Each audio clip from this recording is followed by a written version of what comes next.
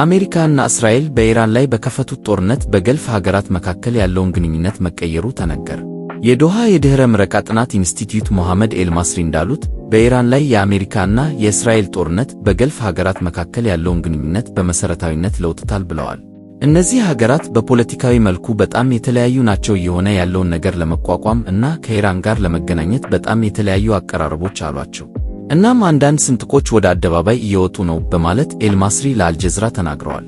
የተባበሩት አረብ ኤሚሬቶች በጦርነቱ ግንባር ላይ ንቁ ተሳትፎ አድርጋለች። በዚህም ከእስራኤል ጋር ያለውን ግንኙነት መደበኛ አድርገዋል። በሌላ በኩል ኳታርና ኦማን በታሪክ ከኢራናውያን ጋር በአንጻራዊነት አዎንታዊ ግንኙነት አላቸውና ምንም እንኳን አሁን ግልጽ የሆነ ውጥረት ቢኖርም ወደ ጦርነት መመለስን አይፈልጉም ሲል ኤልማስሪ አክለዋል።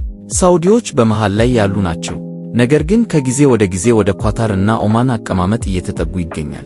ይህ ሁኔታ አስደሳች ይሆናል ብዬ አስባለሁ፣ ምክንያቱም ሁሉም አቧራዎች ሲረጋጉ እና ጦርነቱ ሲያበቃ በባሕረ ሰላጤው ውስጥ በተፈጠረው ነገር ምክንያት የበለጠ ውጥረት እና አለመግባባቶች ቢኖሩም የኃይል አሰላለፉ ይቀየራል ሲሉ ኤልማስሪ አክለዋል። ቪዲዮውን እስከ መጨረሻው ስላያችሁ እናመሰግናለን።